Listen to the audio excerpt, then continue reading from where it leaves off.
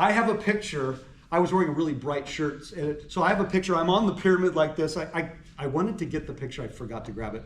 But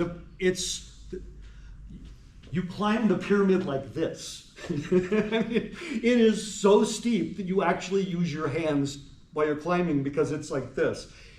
They had uncovered this pyramid. They weren't sure how old it was, but they thought it might predate the ones in Egypt. It's that old. The minimum estimate they were doing was 3,000 years for this dig.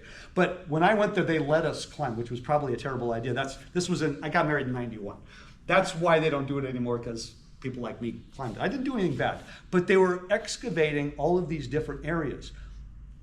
But they found a stadium. They excavated an entire stadium. Did you get to go in the stadium? It was a stadium. Think of it like, it's not like a soccer stadium. No, it was rectangular with vertical walls.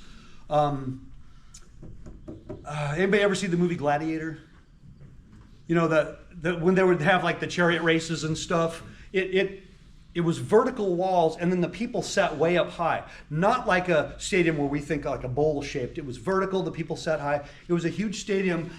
Think of kind of like a soccer field, although it was dirt. Now, back in the day, if you've ever seen the movie The Man Who Would Be King, one of the greatest movies ever, they explained this. This is almost 50-year ago movie. In the ancient cultures, they did play a version of soccer. They didn't use a ball, really. Anybody know what they used? Like a rubber ball? No. The head of the deposed clan leader that they just defeated. That's many countries, we're talking thousands of years, this is what they did. The Man Who Would Be King, they explained this, in that culture. They used, they might wrap it in, burlap or something, but that's what the soccer ball was. So they would play in this huge stadium, and the people would scream and yell.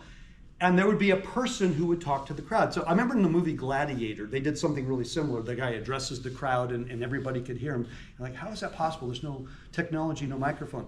So here's what they did. I'm with a whole group of people, tourists. They said, okay, as we're walking, we're on the stadium floor, and there were these hoops that were really high up in the air, too high to try to throw that, maybe, 15, 20 feet in the air, almost like basketball hoops. No net, but the actual rings. And they weren't really sure what those were for. But they said, clap. So we're walking, we're like, okay. And all of a sudden you get to a point, it's like, your ears, it hurt your ears. Like, oh my God, what? There's a spot that if you stood, the echo was so loud that if you had, I don't know how many thousands they said to fit in the stadium, that you could talk at a low tone and it was loud to everybody who was sitting in the stands. One spot in the theater, because they figured out the parabolic nature. They estimated this thing was over 3,000 years old.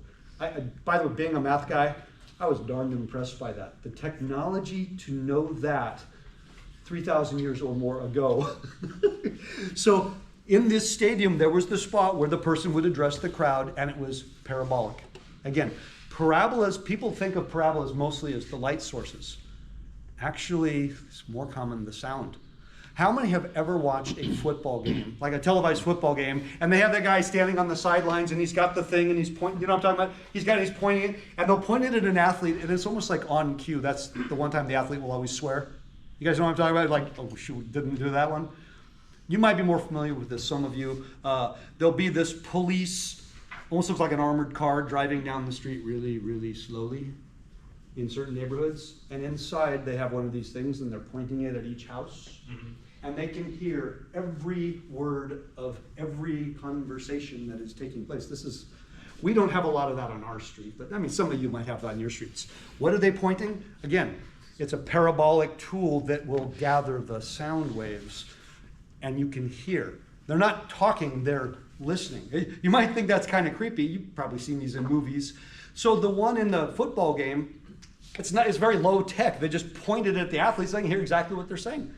It's crazy, but it's the same kind of thing. The police will use these to pick up the sound waves. There's bad stuff going on in the house. They want to know, and gives them probable cause, all that kind of stuff.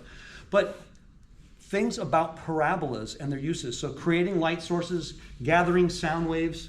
It's less about emitting the sound waves as the gathering of the sound waves. Okay, this is one type of situation. Next day, we're going to talk about ellipses and hyperbolas. And hyperbolas are for a different type of gathering waves that we're going to see, and I'm going to go over all of that kind of stuff and where their uses are. But most people think of parabolas in the business model that I gave. You know, I have a graph, it crosses the axis, tell me where the x-intercepts are, tell me where the vertex is, you know, I can find maxes, mins, you know, and it's really, really happy algebra, right? There's nothing about it that's complicated. But we're only looking at a two-dimensional graph of something. We're not even thinking about the other aspects, you know, like the focus and how important that is in the big picture, okay? Any questions? I think we're at a good place. I'm actually going to stop now because this is as far as I wanted to get.